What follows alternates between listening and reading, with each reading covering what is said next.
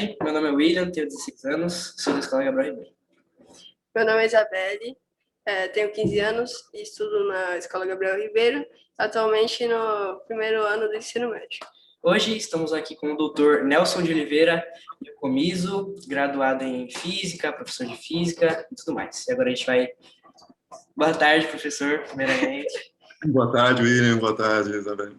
A gente vai dar uma puxadinha nas perguntas agora, tá bom? Aí você vai começar. Vamos. Como que foi essa decisão para estudar a física? Veio desde pequeno?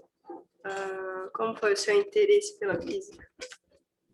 Olha, quando eu decidi fazer física, né, quando eu decidi ir por esse caminho, não foi uma coisa que veio desde criança, não. Assim, tipo, eu sempre gostei, né, de matemática, de física desde criança, então sempre me interessou o assunto, né? Eu ia bem na coisa, eu pensava em ir pro lado de exatas mesmo, né?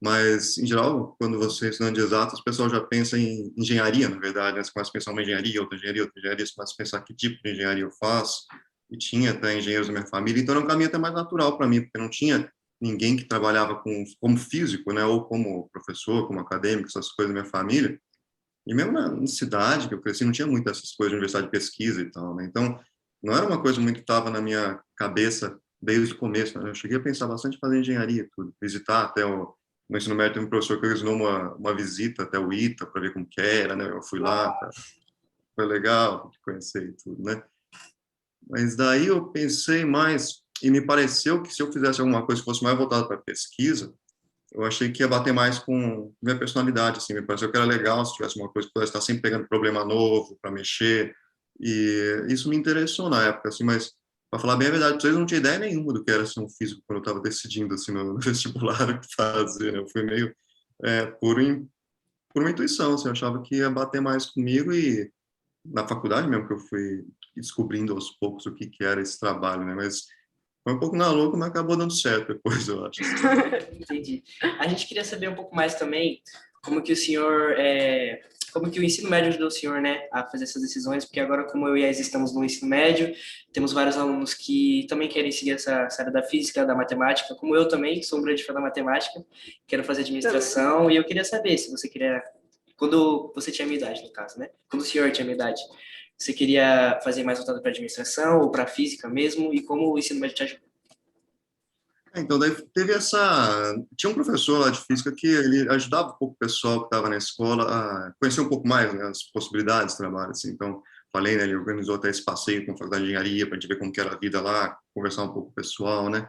Então, acho que isso que eles estão fazendo, de conversar com as pessoas, entrevistar, ver como que é a vida mesmo de quem está fazendo uma carreira ou outra, isso é uma coisa, né, que às vezes, que nem vocês estão fazendo, a escola pode ajudar muito nisso, né, de você ter contato com gente Com que certeza. trabalha com isso. Eu acho que é um negócio muito legal de vocês fazerem, assim, né? E Sim. para mim foi mais assim, eu não conversei muito com pesquisadores, com físicos no ensino médio, não. Teria sido muito bom, eu acho, mas eu imagino que o resultado teria sido o mesmo. Eu falava, que legal isso aí, e acaba indo para essa direção, né? Sim. Mas para mim não teve esse contato a princípio. Eu acho que hoje é um pouco mais fácil, porque tem mais facilidade de contato, né, por internet, tudo. Sim. Perguntar, a imagem de vocês congelou para mim aqui, eu não sei se vocês estão me ouvindo, se está normal. Estamos sim. A sua também Acho que congelou, mas já voltou já. Acho que foi. Voltou? Voltou, agora está normal aqui. Então, mas em relação a isso, tipo, por que, tipo, você saiu da engenharia, não quis mais cursar engenharia e voltou para esse meio da física? Como que foi essa mudança? Tipo, o que que a física, tipo, te mostrou que cresceu os seus olhos em cima dessa área e você decidiu, né, seguir esse ramo? Então, foi no último ano, né, no meu terceiro ano mesmo, que daí eu estava nessa dúvida, eu decidi mesmo ir para física, eu não cheguei a entrar na engenharia, né, foi só uma dúvida se eu ia ou não para aquele lado, eu acabei fazendo vestibular já para física mesmo, né, então eu já fui direto para lá. Só que eu acho que o que mais me tentou mesmo a seguir nessa direção foi uma ideia de virar pesquisador. Eu achei que essa ideia de começar a trabalhar com problemas em aberto, em coisas que as pessoas ainda não sabem, que você pode talvez chegar lá, botar a mão naquilo e encontrar uma coisa nova de ciência mesmo, acho que foi o que me tentou e me deu a vontade de experimentar, porque eu não tinha como decidir sabendo como já era, porque eu não conversei com ninguém que fazia a coisa, né? Então, foi um pouco de chegar, começar, e, enfim, se desse errado, provavelmente aí eu tentava outra coisa, né? Mas na hora me pareceu que, para mim, foi mais tentador pensar numa carreira de pesquisa, assim, uma coisa na minha cabeça, sei lá, tocou uma, sabe, bateu, e acho que foi isso que me levou para lá. Sim, o senhor estuda algum... Você tem algum projeto? O senhor tem algum projeto, assim, que dê um foco, sabe, para estudar? Então, uma pesquisa em si, voltada para física? Agora ou na época, assim? Não, agora, ou no decorrer da sua história.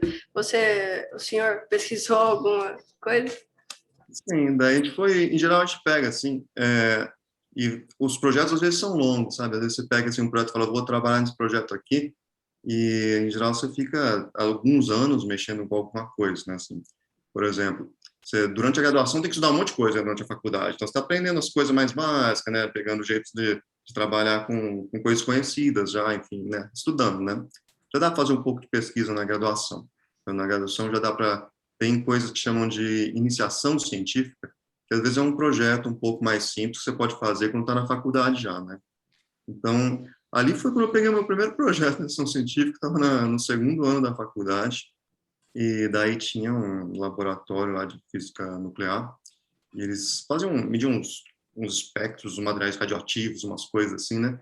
E daí tinha um problema de identificar que material era aquele, tinha um problema de computação ligado a isso. Foi o primeiro que eu peguei lá, foi a primeira vez que eu peguei um gosto de falar, ó, eles davam os espectros e falavam, identifica aí, tinham certos picos no espectro, tinha que achar, e a partir disso saber que material que era, e eu escrevi um código para isso, foi, tipo, foi o primeirinho ali. Esse era de graduação, durou um ano, né? Então, foi divertido, assim, foi um começo.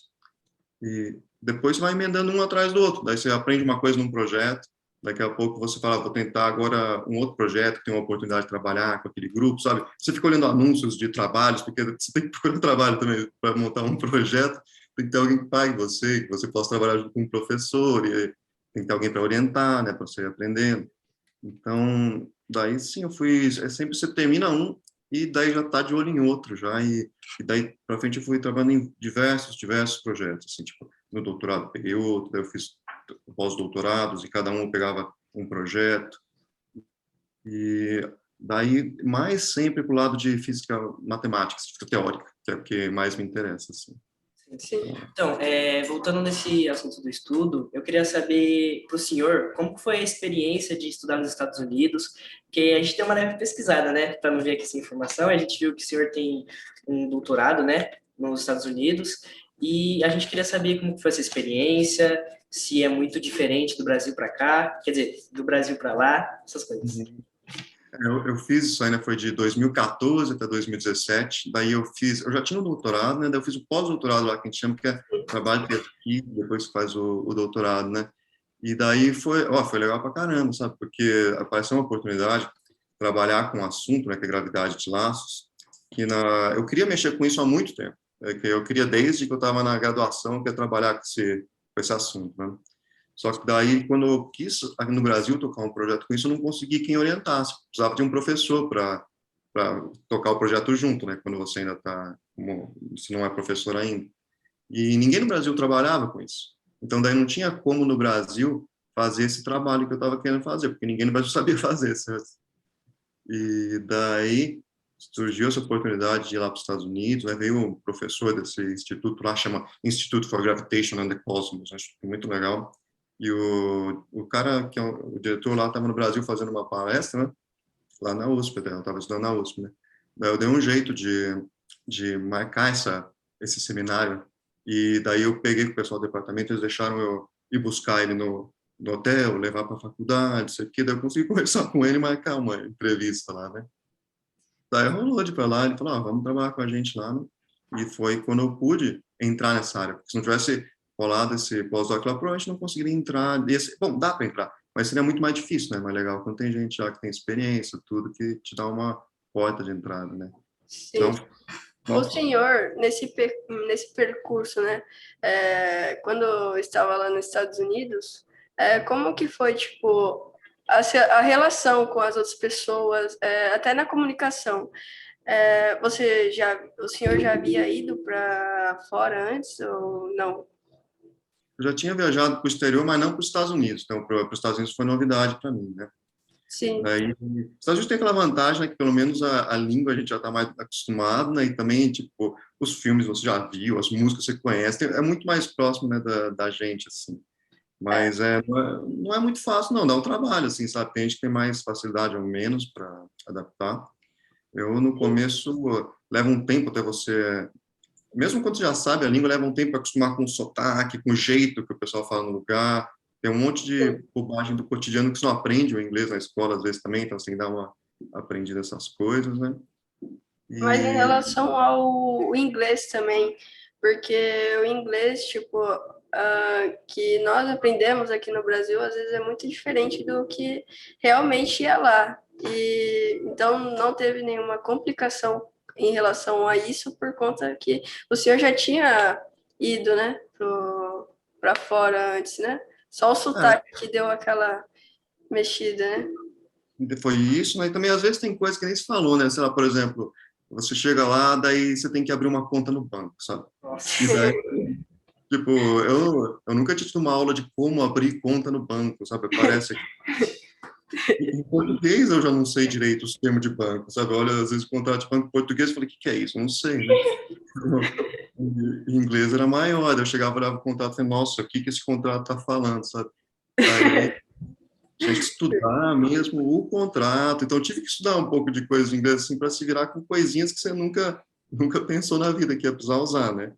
Mas Sim, daí você vai lá e estuda, assim, pega um dia, dá uma estudada, pede ajuda também pro pessoal, sabe? Porque às vezes você chega com alguém que já está lá, e, por exemplo, a secretária do instituto que eu fui trabalhar lá, ela era muito simpática, assim, ela americana lá, né? E ela sabia que a gente chega lá, às vezes está meio perdido, né? Fala, o que que eu faço, né? Tem um monte de burocracia, essas coisas, a gente fica um pouco perdido. E o Marcos sim. fala, por favor, me ajuda aqui, né? E daí o pessoal sabe que você tá meio perdido e, por exemplo, ela me ajudou muito em muita coisa, né? E tinha também um departamento lá da universidade que era só de recepção a estrangeiros. Então, você estava perdido, sabia que você podia ir lá. E daí eles te ajudavam. E lá tinha gente de todo mundo, assim, né? Então, você sentia mais... tinha um monte de gente na sua situação. Sim.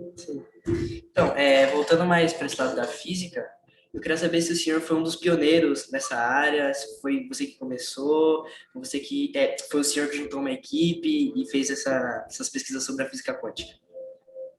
Então, daí, quando eu voltei do pós-doc, né, que foi daí em 2017, daí eu comecei a trabalhar como professor, né? Antes disso, eu ainda fiz doutorado, pós-doutorado, mas você sempre é supervisionado, né? Então, daí você pode fazer trabalho independente, mas, de modo geral, você está encaixado num certo grupo que alguém já está tocando, né?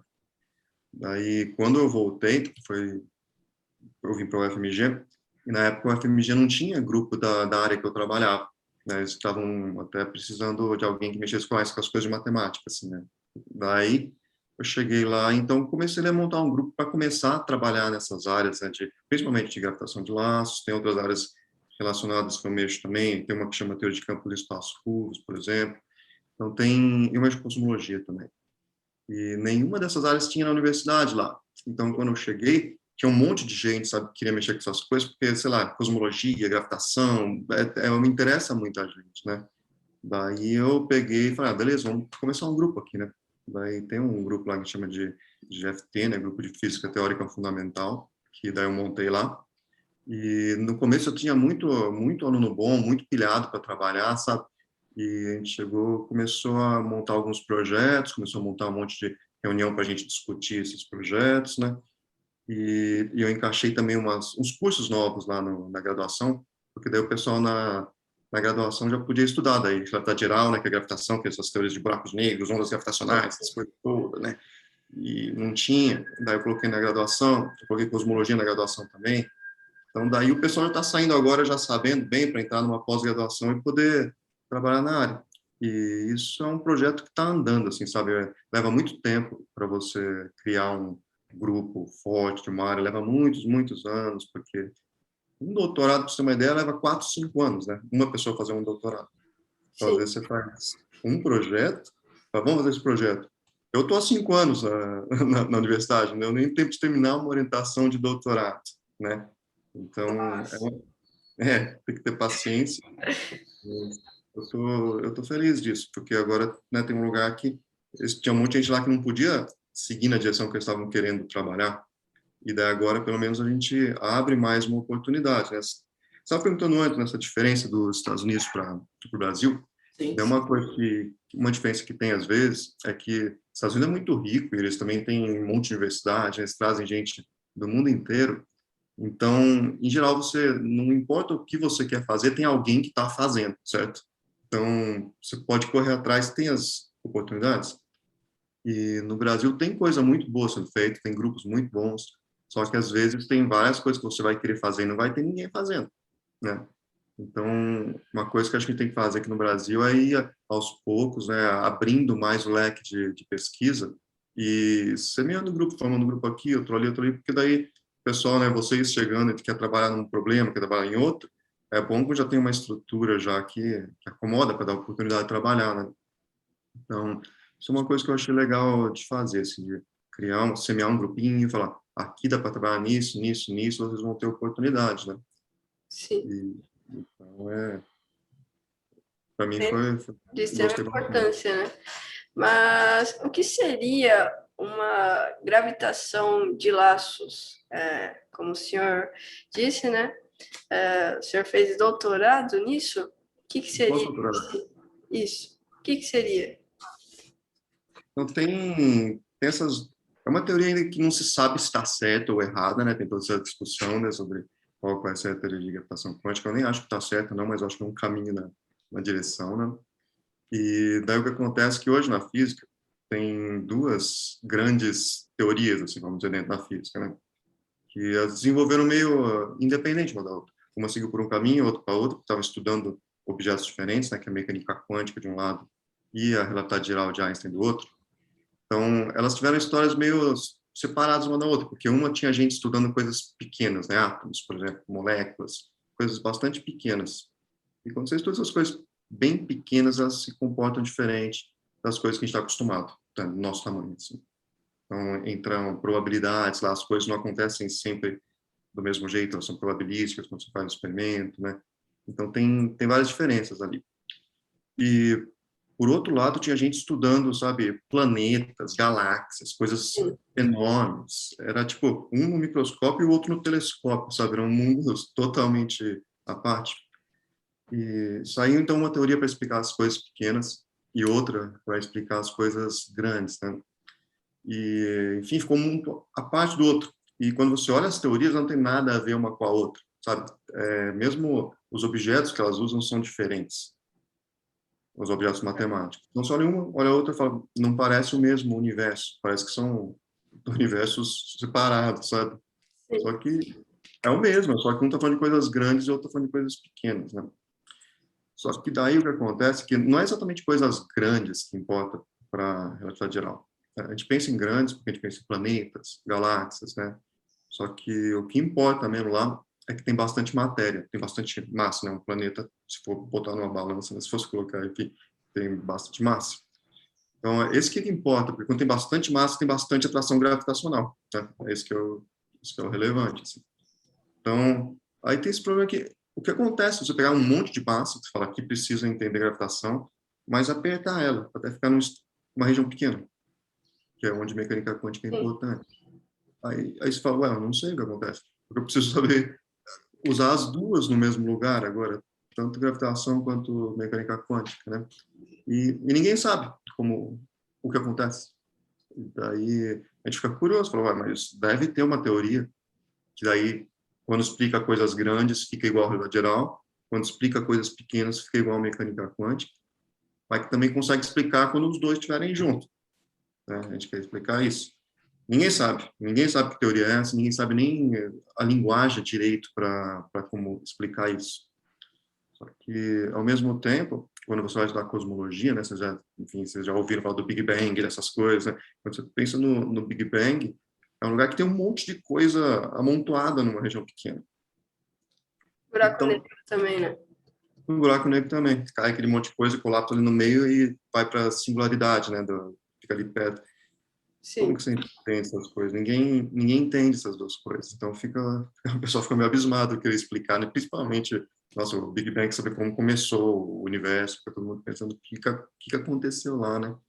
Então, gravitação quântica é uma ideia de juntar essas duas teorias para tentar explicar Big Bang e buracos negros. Só que daí não tem só uma teoria, daí cada um, como ninguém sabe, o pessoal sai inventando a sua, né? Então, um inventa uma teoria dele, outro inventa a teoria dele, também é difícil inventar uma teoria de gravitação quântica. Sim. Mas não O tem só senhor... um. Não, pode continuar, pode continuar. Eu só ia comentar que daí tem esse negócio que gravitação de laço é uma abordagem, né? E é uma abordagem, eu gosto dela, que ela é mais do tipo conservadora, assim, sabe? Você não sai supondo muita coisa muito grande, assim. Você tenta trabalhar com o mínimo de suposições que você pode, né? Tipo, 4 dimensões espaço-tempo, sei lá, mecânica quântica usual, teoria de Einstein, e tentar combinar o menor número de coisas possível. Então, eu gosto da teoria por causa disso, ela é meio minimalista, assim, nas hipóteses. Como o senhor tocou no assunto de buraco negro, a gente sabe que tem vários estudos, várias coisas em volta disso, e eu e a Isa, a gente queria saber se um dia pode existir uma explicação para um buraco negro, porque que, não sei, eu não sei se, porque eu não pesquiso tanto, não sei se ainda existem muitos estudos, se ainda estão estudando sobre o buraco negro, mas eu queria saber do senhor se um dia vai haver uma explicação certa para isso. Eu acredito que sim, né? Porque a gente está tentando chegar lá, então a gente sempre acredita que vai dar para entender, né? E daí tem bastante coisa dos buracos negros que a gente já entende, né? Então teve já até, né, prêmio Nobel que foi dado por causa de trabalhos em buracos negros, né? Assim, quando sai, sai um resultado de uma conta, né, um buraco negro, resolvendo a equação de Einstein. E na época que saiu isso, teve muita gente que não acreditou, sabe? Falou, não, isso aí quer dizer que a teoria está errada. Olha o que ela está falando que acontece, né? Está falando que acontece em um lugar de espaço que nada escapa dele, né, e tal. E com o tempo, foram descobrindo, né? Achou buracos negros por aí, né? Hoje, a gente tem até foto de buraco negro, né? Teve uma imagem do buraco negro, né? É claro que o buraco negro, ele é negro, né? Então a imagem não é muito interessante. Sim. Só que em volta dele as coisas deformam de um jeito a imagem, que daí dá para você verificar que realmente é um buraco negro, né? E assim, você tem essa imagem. Então, bate tudo com a teoria de Einstein. Então, a maior parte do buraco negro a gente já sabe que está lá, a gente entende em detalhe a coisa. Você sabe até quando pega dois buracos negros, por exemplo, eles se fundem, né? Que é o que produz ondas gravitacionais. Né? Quando essa coisa tem um buraco negro e outro estão rodando, né? Em vez de ser planeta e Sol, é buraco negro e buraco negro. Só que eles vão se aproximando um do outro, até que uma hora se fundem, né? Explode, solta um monte de onda gravitacional. Os detalhezinho de como isso acontece é muito bem entendido, né? Existe, Então, desculpa, mas existe a chance de existir um buraco negro tão grande que poderia, talvez até engolir a Terra, o nosso planeta? tem buracos negros grandes, viu? Eles têm diversos tamanhos, né? Podem ter, ninguém nunca viu, mas pode ter uns buraquinhos negros até microscópicos até. Nossa, E é pequenininho, viu? É teórico. Podia ter um, assim, se colocar ele com uma carga, você podia guardar num aquáriozinho, assim, com um campo elétrico. Mas, enfim, e tem os que, por exemplo, na galáxia nossa, né, que é onde já tem essa última imagem, o centro é um buraco negro, mas é um buraco negro grande. E até teve um outro que tiraram de outra galáxia, em 87, ele é monstruosamente grande, né? Mas daí, o que acontece é que, se você tiver um buraco negro, ele atrai as coisas para ele, né? Mas ele não atrai de uma maneira muito diferente do que se ele não fosse um buraco negro. Por exemplo, um buraco negro pequeno, beleza, ele não vai fazer muito estrago, ele não está atraindo muito forte. Então, vamos dizer que se pegasse o Sol, se pegar o Sol inteiro e apertar bastante ele, né, comprimir bastante, ele vira um buraco negro. Só que as coisas em torno dele vão ficar do mesmo jeito. A gente pode continuar, sabe, orbitando o que agora é um buraco negro. Então, ele gravita, mas ele gravita só depende da massa dele. Então, ele faz a mesma coisa que uma massa qualquer faria, só que ele faz numa região mais apertada do espaço. Então, quanto a isso, assim, ele é que nem outra massa. Então, ele não vai puxar mais fortemente. A gente pode ficar orbitando o buraco negro. Sim. Eu queria saber também se o senhor, se o senhor teve alguma inspiração na física e quais foram elas? Eu tive mais contato mesmo com física foi quando eu entrei na faculdade, né? Porque antes, assim, eu não sabia mesmo, assim, eu não era da capital nem nada, então não conhecia, né? Aí quando eu cheguei lá, aí eu fui conhecendo mais os professores, lendo mais livros, né? E eu não sei, os que mais me impressionaram mesmo durante a graduação, quando eu comecei a graduação, era legal que daí você começa a pegar, né, vários livros para estudar, e daí às vezes você gosta do livro, às vezes não, né? Acontece isso, você está no curso lá, às vezes você fala, que livro legal, às vezes você fala, não, esse livro é chato, né? Daí eu saí procurando vários livros, daí tinha um que nossa, eu gostei muito, era um livro do Feynman, um físico dos Estados Unidos, né? Ele trabalhou com uma área que chama elerodinâmica quântica. Ele trabalhou também no projeto Manhattan, fazendo bomba atômica dos Estados Unidos, ele foi colocado lá. E esse cara tinha uns livros dele que ele dava os cursos do primeiro e segundo ano da faculdade, né, na Califórnia. E daí eu peguei esses livros dele para estudar. Aquilo lá, para mim, foi os primeiros anos de faculdade. Eu adorava esses livros dele. Então, aquilo lá foi legal para caramba para mim. Eu admirava muito esse cara, né? E daí também, mais para frente, quando você começa a pegar os artigos do Einstein, aí é qualquer um, sabe? Qualquer um pega os artigos do Einstein e fala, nossa, isso aqui é legal pra caramba, é perfeito, sabe? Porque ele explica bem, e ele explica simplesinho, tinha uns problemas complicadíssimos que estavam mexendo, ele chega lá, faz umas continhas, explica em detalhe, e você fala, nossa, ele entendeu tudo certinho mesmo, e sem complicar, sabe? Eu gosto muito do estilo dele. Então, esse, para mim, foi um modelo também. Mas aí tem vários outros que você vai encontrando que você admira, sabe? Você olha os trabalhos, você olha o trabalho bem feito, você admira, você tenta aprender um pouquinho do jeito do cara de fazer física, né? E para mim esses dois foram os mais fortes. E também um cara, não é tão conhecido assim, mas tem um russo, Lev Landau, que ele também fez um curso inteiro de física, né, de livros e tal. Ele é muito bom. E esse cara também, para mim, foi muito bom na graduação, principalmente nos últimos anos. Eu pegava os livros dele e tal. Então, mas vai ter uma lista grande. Esses são três que realmente me causaram uma impressão grande. Assim. Sobre a teoria, né? É, a teoria, tipo, a quântica, qual que o senhor mais defende, assim, que o senhor mais acredita que seja real? Na mecânica quântica tem um problema.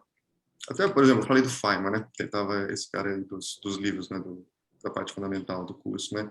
Ele tem uma frase ali famosa que ele dizia: eu posso dizer com certeza que ninguém entende mecânica quântica direito.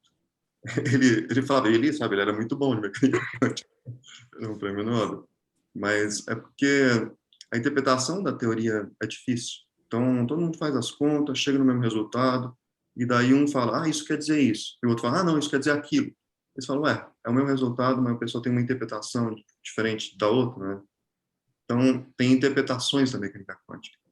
E daí, quando você entra numa interpretação e na outra, aí você não sabe muito bem o que tem de comum entre as duas. Você vê só a matemática em comum.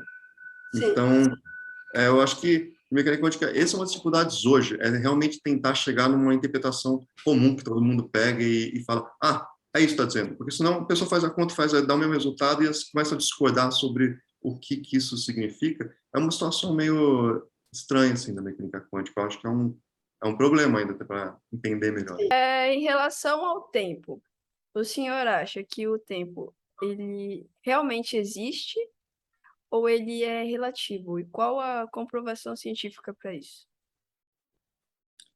A gente tem noções de tempo diferentes, né, dependendo da teoria que você está. Então, se você está, por exemplo, na teoria de Newton, você estuda na escola, tem um tempo que é absoluto, que significa ele existe, né? Tem um tempo.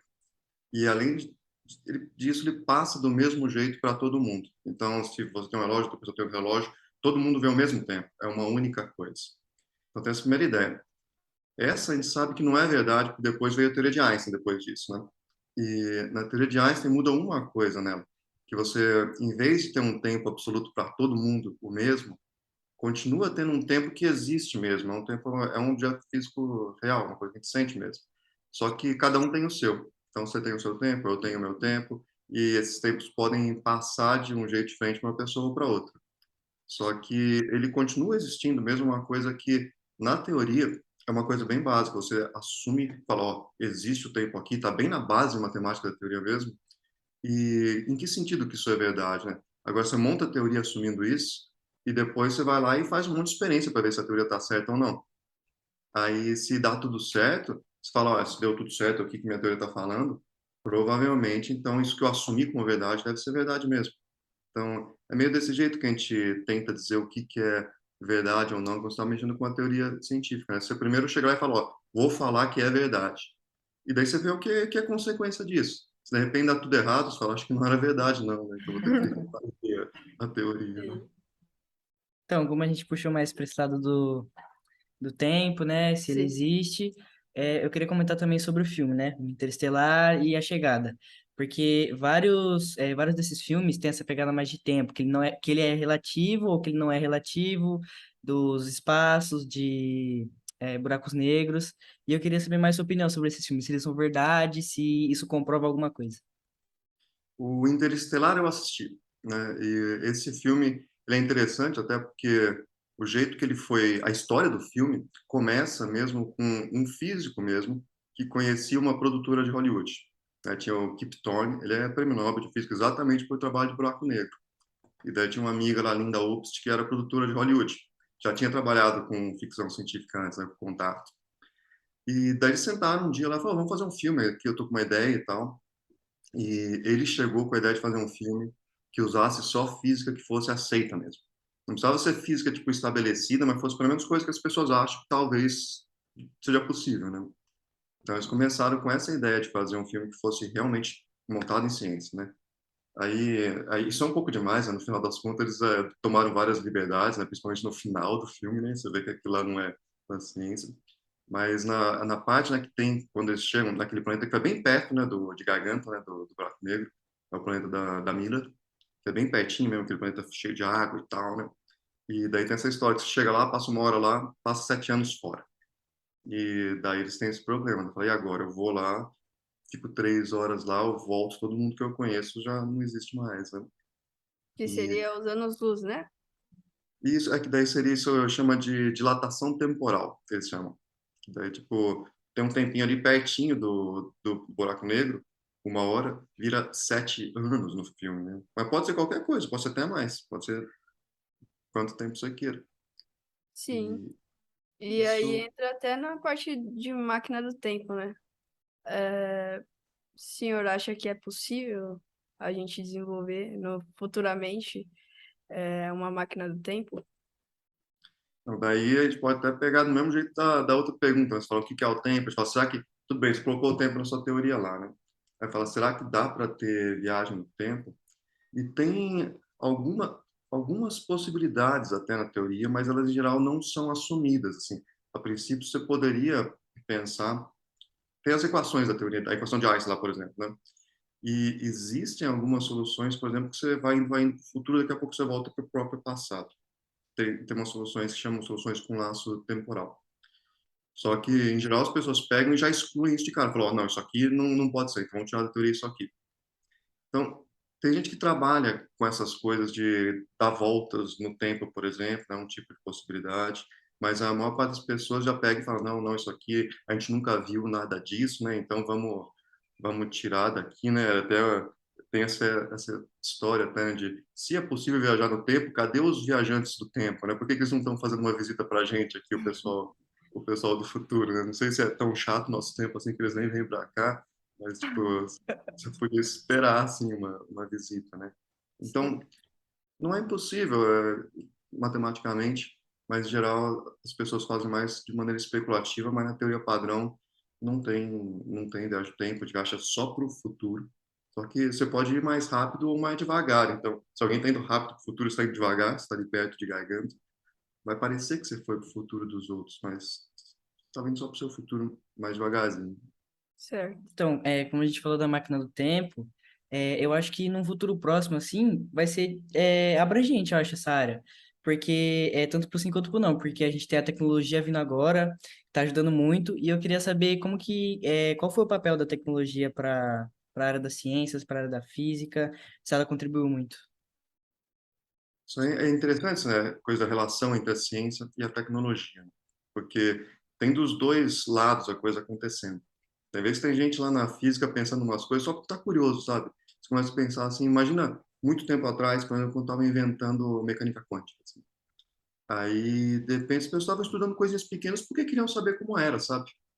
Daí eles estavam só, como que funciona esse negócio e tal, e não sabia para que servia. E no final das contas, você não teria um computador hoje se não tivesse feito aquilo, certo? Só que depois que o pessoal inventa um computador, aí você pode usar ele para fazer conta mais rápido. Isso ajuda você a trabalhar. Se não tivesse computador, eu não sei nem como eu ia conseguir trabalhar com os cálculos que a gente faz. Sabe? Tem um monte de coisa que é impossível, assim. E é claro também que, por exemplo, você faz um telescópio melhor, você consegue ver melhor o céu. Isso é um problema de tecnologia. Só que daí, quando você consegue ter dados melhores do céu, é claro que você pode ir melhorando sua teoria. E hoje tem todos os trabalhos de cosmologia, estão, por exemplo, melhorando muito, porque você consegue agora ter um monte de satélites espalhados por aí. Então tem as duas coisas. Você tem que ter satélite bom para fazer, por exemplo, cosmologia. Ao mesmo tempo, ninguém teria inventado um monte de coisa que é usado, por exemplo, CCD, que é o sisteminha que, por exemplo, está no seu celular para tirar foto. Foi astrofísico que inventou. A internet nasceu foi num laboratório de acelerador de partículas, que o pessoal tinha um monte de dados para compartilhar. E daí eles falaram, olha, tá complicado, vamos fazer uma coisa que ligue os computadores de todo mundo para a gente poder compartilhar nossas informações, né? Então, tem as duas coisas. Assim, tem uma frase que é famosa, foi do cara que inventou, foi de Faraday, quando ele estava descobrindo eletromagnetismo, ele descobriu que dava para criar eletricidade a partir de movimento de ímãs, essas coisas. Assim, vocês estudam isso aí. E quando ele descobriu isso, chegou alguém e falou: ah, é legalzinho o que você inventou aí, mas que coisa mais inútil, para que serve isso aí que você está inventando, né? E, tipo, você depois faz uma hidrelétrica com isso, sabe? Caraca. Mas entrando nessa parte sobre mecânica quântica, eu gostaria de saber o que é a mecânica quântica e quais as limitações que impedem eh, os físicos e a gente de concluir a teoria da mecânica quântica. A mecânica quântica ela foi inventada lá já faz tempo, né? Faz um século já quase. E, de novo, ela é outra continuação da mecânica de Newton. Você estuda a mecânica de Newton no ensino médio, a gente estuda. Depois, por um lado vai a mecânica quântica, para o outro vai a realidade geral. E a mecânica quântica, eles estavam estudando átomos. E tem umas coisas muito diferentes em como partícula bem pequena se comporta assim. Então, uma coisa que acontece é que a teoria começa a ficar probabilística. Você não tem como dizer com certeza o que vai acontecer, sabe? Não é aquela coisa que você solta a pedra, cai e você fala vai cair em tanto tempo. Em mecânica quântica não é assim. Às vezes acontece uma coisa, às vezes acontece outra, às vezes acontece outra. Só que você fala, metade das vezes vai acontecer isso, um quarto das vezes vai acontecer aquilo. E isso é o melhor que você pode fazer. Então, isso é muito diferente. E mecânica quântica é assim. Então, é uma coisa estranha. Você fala, não dá para falar com certeza. Você fala em probabilidades do que vai acontecendo. E A daí, mecânica quântica, ela é relativa com o tempo? ela tem um tempo absoluto, né, da mecânica quântica. Então, tem um tempo mesmo. O tempo dela é que nem era para Newton. É um tempo, só que vai correndo para todo mundo. Você pode também fazer uma versão relativística, mas a mecânica quântica normal é tempo absoluto, a de Heisenberg e Schrödinger, né? Certo.